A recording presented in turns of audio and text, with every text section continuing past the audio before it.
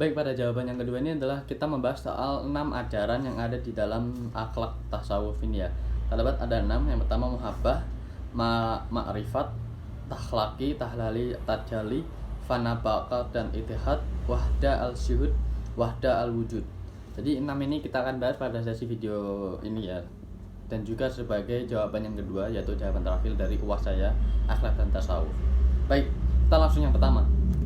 Yang pertama adalah mahabbah, cinta kepada Allah, cinta kepada Tuhan kita. Yang pertama konsep atau prinsip-prinsip yang kita terapkan dalam ajaran mahabbah di sini adalah rasionalitas.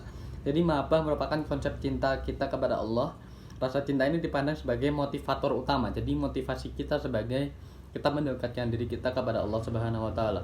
Jadi hubungan dengan syariat ini adalah mahabbah harus dikembangkan dalam kerangka syariat Islam. Dan juga cinta kita kepada Allah itu tidak boleh mengarah pada penyimpangan-penyimpangan hal lain yang Allah itu sudah melarangnya. Jadi itu adalah mahabbah yang pertama. Yang kedua adalah ma'rifat, pengenalan kita atau pengetahuan batin kita. Jadi ma'rifat ini memahamkan, mendalami tentang hakikat kita kepada Allah Subhanahu wa taala dan hubungan antara pencipta dan juga ciptaannya. Rasionalitas yang terletak pada keinginannya untuk mengetahui lebih dalam mengenai Tuhan dan mencapai pemahamannya. Jadi untuk ma'rifat ini adalah kita sebenarnya mendekatkan diri kita untuk mendalaminya.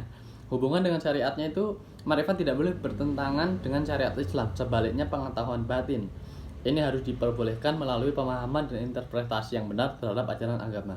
Yang ketiga, tahkali, tahlila dan juga tajalli, purifikasi, penyucian dan manifestasi. Rasionalitasnya adalah melibatkan membersihkan diri kita dari sifat-sifat negatif dan juga mencakup pencucian diri dan penanaman sifat-sifat positif pada diri kita sendiri. Sedangkan tajalli adalah manifestasikan cahaya ilahi dalam jiwa. Jadi terletak pada pemahaman bahwa untuk mencapai kedekatan ini Allah Subhanahu wa taala, seseorang perlu menjalankan proses purifikasi dan juga transformasi secara spiritual. Dalam artian, dalam kurung tanda kutip, kita mencucikan diri dari segala hal-hal negatif kita. Hubungan dengan syariat ini adalah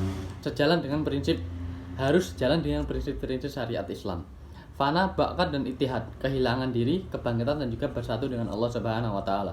Apa rasionalitasnya? Fana, kehilangan diri dalam cinta Allah Subhanahu wa taala. Yang kedua, rasionalitas terletak pada konsep kehendak individu yang melebur dalam kehendak diri, yaitu bakat.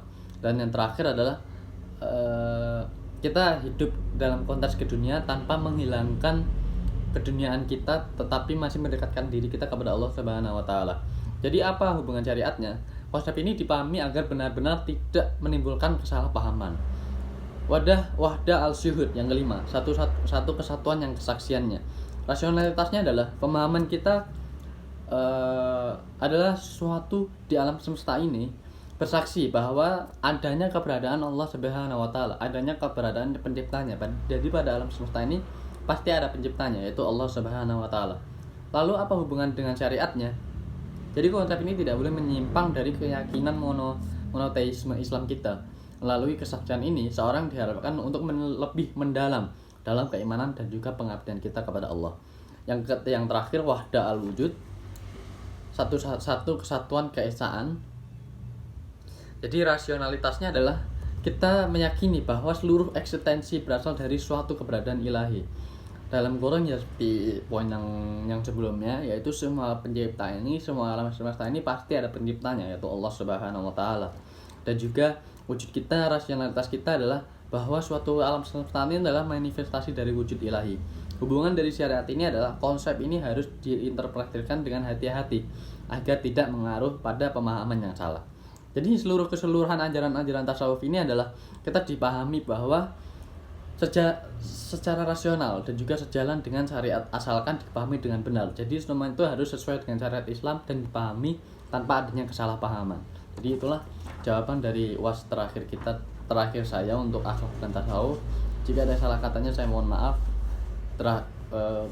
Akhir kata dari saya, wassalamualaikum warahmatullahi wabarakatuh.